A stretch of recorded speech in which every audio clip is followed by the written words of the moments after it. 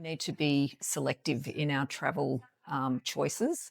And that means researching a travel company really carefully, avoiding the temptation to go with bottom basement prices, and look carefully at a company and what its sustainability mission is, and make sure that you're aligning, therefore, with programs and products across the globe that are going to help communities and are going to leave a light footprint.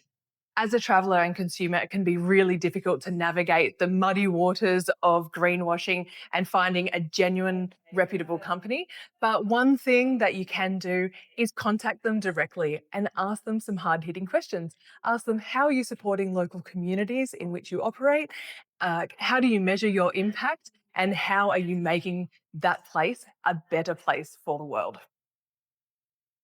And when you do travel, have a look at the label of something you're going to buy to take home as a beautiful gift for your family and friends. Please try and get something that's locally owned, locally made, because then you create an economy so that when future generations come, you'll have a beautiful environment and economy of people that have survived through your good decisions. Tourism that takes the path less travelled is good tourism.